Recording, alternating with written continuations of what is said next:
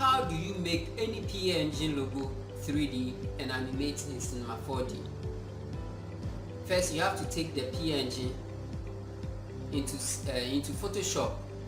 Then you do it as a max path and save as Illustrator file before bringing it into Cinema 4D. So that's what we are going to be doing today. So we have a JPEG logo here that we are going to make into a spline and take into Cinema 4D. Alright, so let's first open it in Photoshop. Right click on it and open with what? Photoshop. Alright, so once the image is loaded into Photoshop, we unlock it by clicking on the icon, lock icon there. Then what? Go to Tools menu on your left side and select Magic Wand. Okay, select the Magic Wand 2 or just hit W on your keyboard. Then click inside the logo or select the logo image. You click, then hold the shift key, click, then click. So let's just select these ones, okay? So the three parts that I've selected with the Magic Wand is the parts that I'm going to export into Cinema 4D, okay? So after selecting it, then you come to your right side, then click on Path. You click on Path, then you come down, then click on what? Make Work Path from Selection, okay? Make Work Path from Selection. You click on it to turn this image into spline. So after that, you come back to your layer side, then off the eye. Then all that you'll be left with what? A spline image, okay? So with this, you come to your file menu, then come to export. You export it as an Illustrator file. So you come to Path to Illustrator, okay? Then from there, you click OK. Then you name it where you want to save it. Where should I name it? Let me save it here. So let me name it TT, okay? Then you save it, all right? Then after that, you close Photoshop.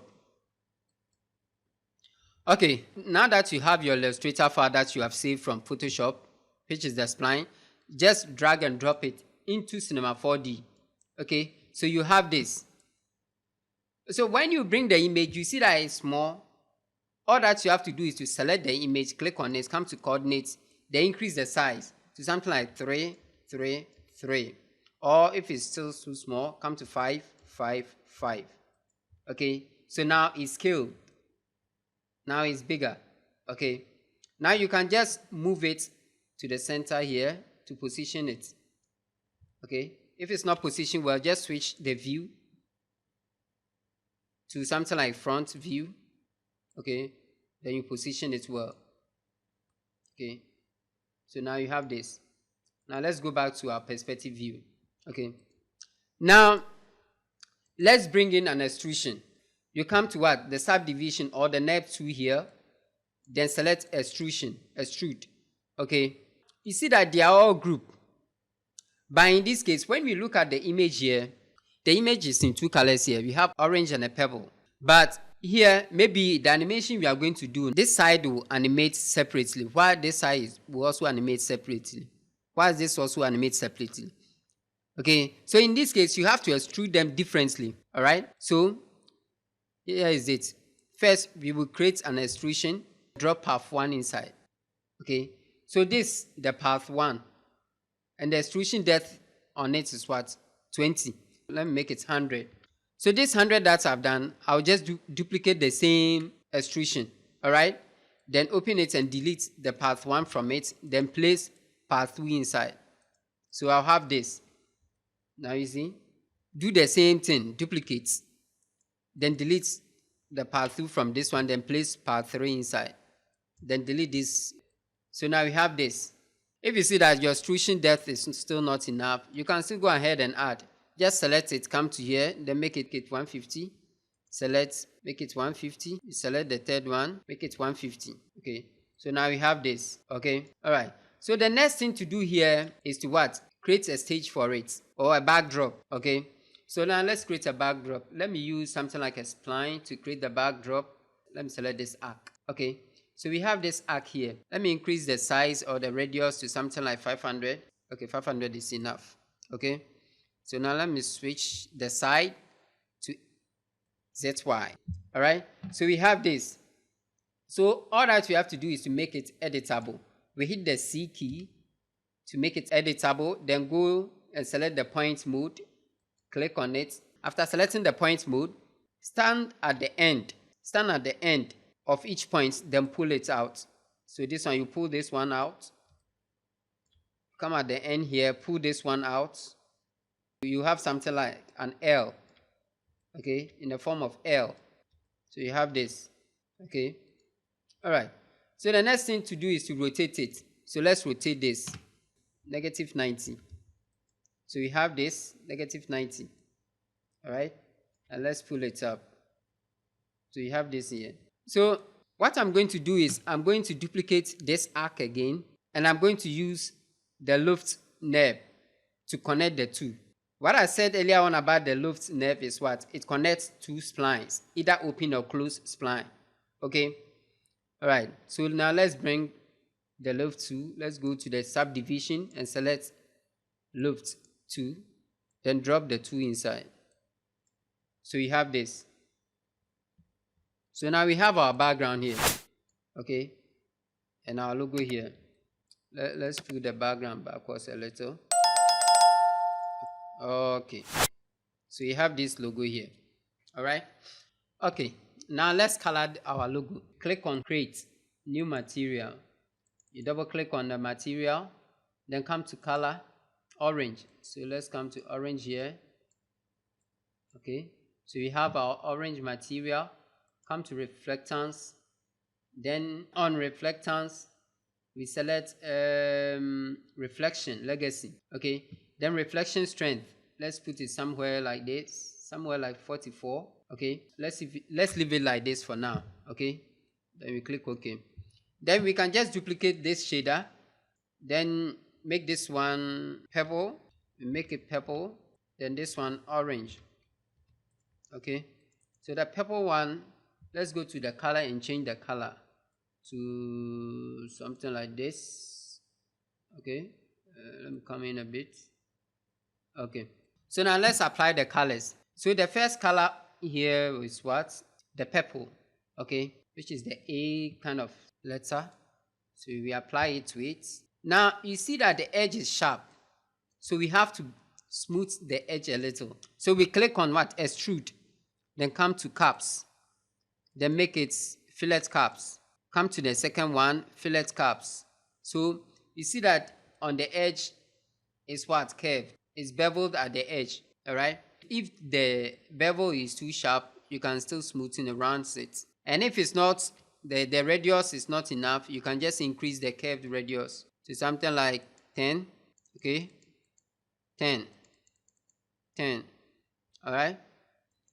So, okay, now the second one, let's apply the color to the second one, the orange color to the archetype. Okay, then curve that one too. Curve the edge, make it fillet cap. Then the radius should be something like 10. Let me type here the rounded 10. Then the back fillet cap 10. Okay, so you have something like this. Okay, after that you apply the purple to the middle triangle there too. All that you have to do is click on the color here, the texture color, then hold the command key, then drag it onto this one. Then you curve the edge of that one too. Fillet cap, 10. Okay, all right. So now that we have our logo here, all that we have to do is light the stage. Okay, first there's a default light in Cinema 4D already.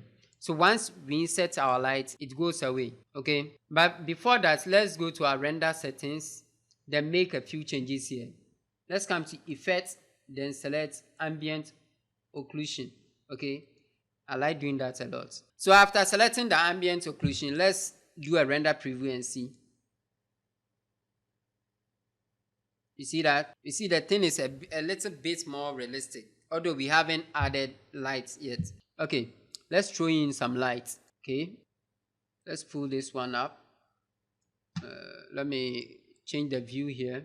Okay, let me change the view here, move the light forward. Let's duplicate the light again.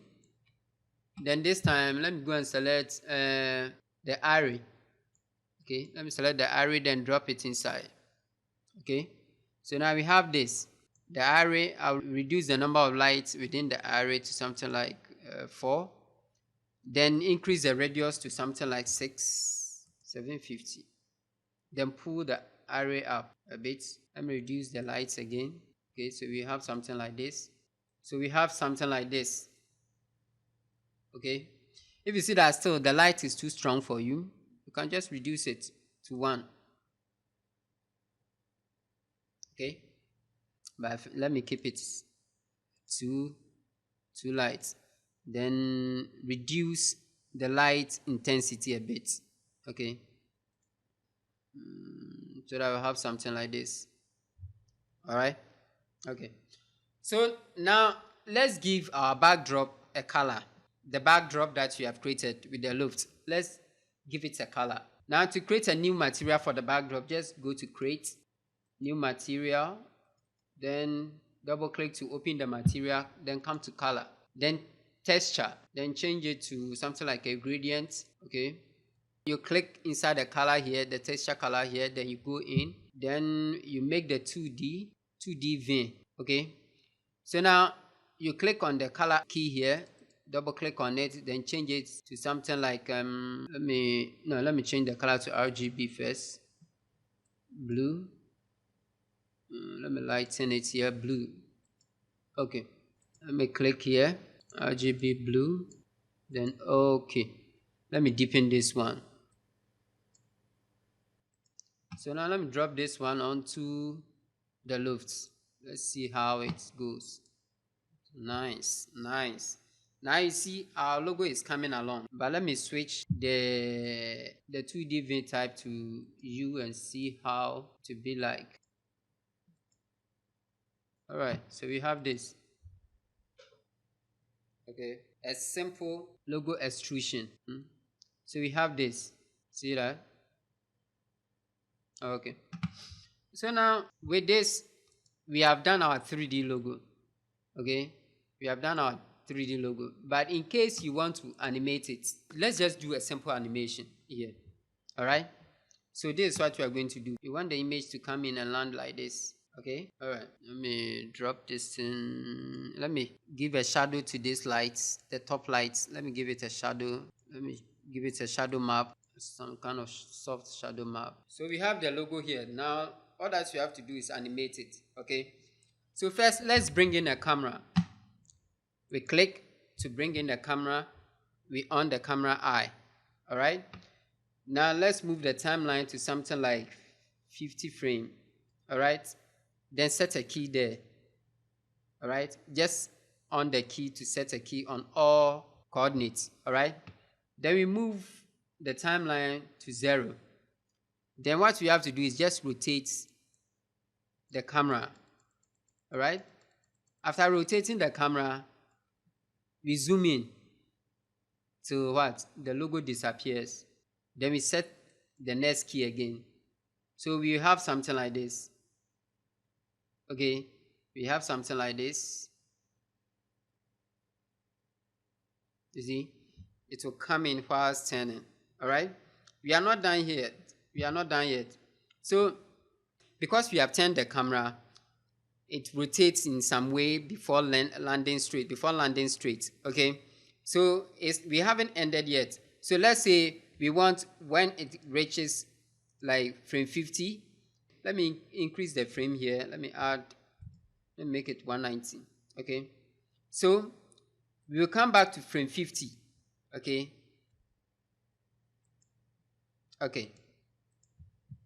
it will come in like this. If you see that the rotation at the beginning is not enough, you can still go ahead and increase it to any rotation you want. Then set the key.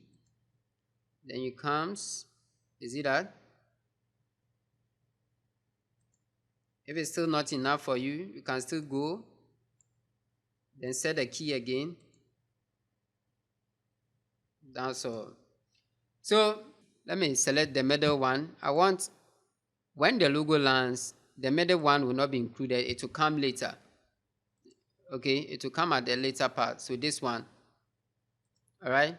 So what I'll do is let me switch the view. Then go and select, or let me just go to the right side here. So what I'll do is from here, or let me just set a key here, an ending key for that particular point. Okay, So I'll set a key for it. Let me select it, come to coordinates, set a key. Then the beginning, let me come to 50, because later I'll widen it, the space within, so then pull it backwards. Okay, then set a key. Now let me pull it backwards, so we have something like this. Now let me come to our perspective view. So we have something like this. Then this one will come and land. You see? This one will come and land. So you have something like this. Okay. You can still open it if you want. We are just, at this point, we are just playing around with the animation. So don't worry. Explore as much as you want. Okay? You can still select this one. Then also, like the same thing, set a key for this one too. Then maybe here, from here, you move it. Let me switch the view again to this side. Then you move it somewhere in between here. Then we set a key. Okay? Just keep playing around with it. I'm sure you come up with something interesting. Okay, so we have something like this.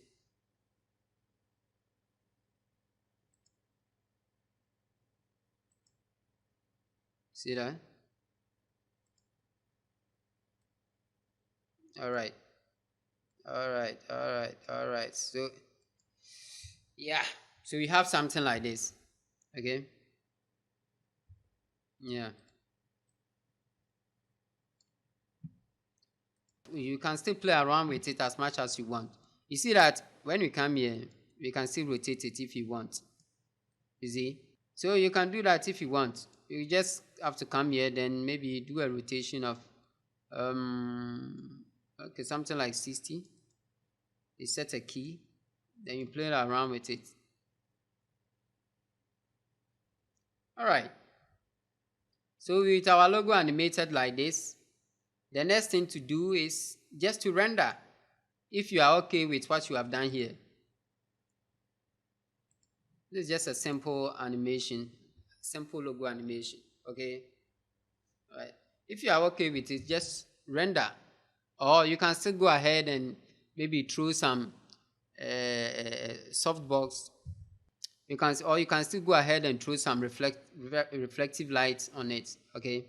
You can just come here, plane. Okay. Then you pull the plane up. Let's enlarge it here. Then rotate it.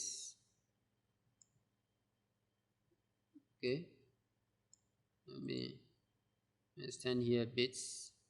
Okay. Now let me pull this thing up. Then apply a luminance to it. Let me off the lights. Then just click on luminance. Then apply the luminance to it. And see what happens. You see how rich it is here? You have some kind of shades on it. Yeah, because that light is bouncing on it. Okay, that's why it's giving you that kind of feel. All right. I won't go that much into lightening for now. So I'm just going to keep it short with the logo 3D logo animation here. Okay.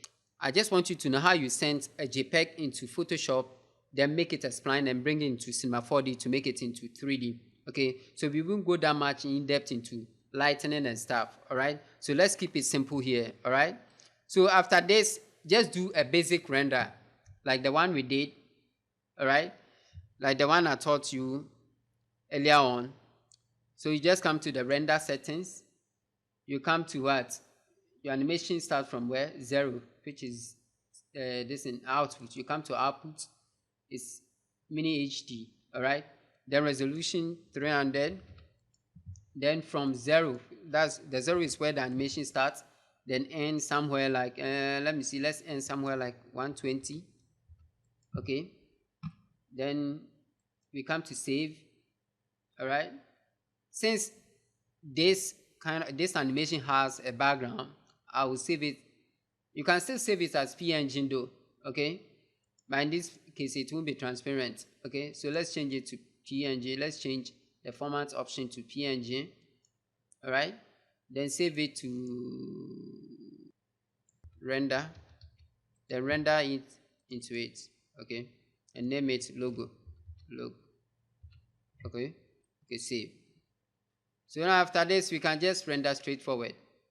And one thing you have to know is when you come to anti-aliasing, okay, when you come to anti-aliasing, you can change it from geometry to best if you want, okay, but because I'm doing a tutorial, I want it to go fast, okay, but when do you do rendering yours, change it to best, all right, okay, but I will put mine at geometry for now so that the thing will be fast. Then after that, I click render. Then you see that it has started rendering, okay, so let's give it a few moments and let's see what we come up with, all right.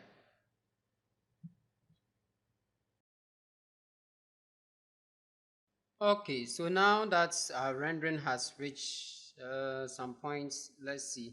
I think let's stop it here. All right. All right. So let's stop it. So with what we have rendered, let's go into After Effects and load it. Now we open After Effects, import file, new tutorial. So it's here.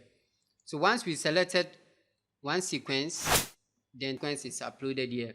So let's drag it into a composition to create a comp with it. Okay, so we have this. Now let's play it and see. You see? So this is our logo, our 3D logo animation. As simple as that. Okay? It's as simple as that. Alright? So with this, I hope you can all create a 3D logo animation in Cinema 4D. You see, once we apply this simple plain white, it has changed the style a bit. So just play around with it. You can even decide to introduce particles into the scene that you have here and to make it more beautiful. All right. Since, see, once I introduce just a plain white on top of it, you see that it has changed the style of it. All right. So with this, we come to the end of how to take 2D, a JPEG into Photoshop and make it a spline and bring it into Cinema 4D to make a 3D logo. All right? And have fun practicing with it. And guys, ask whatever question you want to ask, and I will surely answer you. All right? Whatever you want to learn to, you ask, and I'll try to do a tutorial on it. All right? See you next time.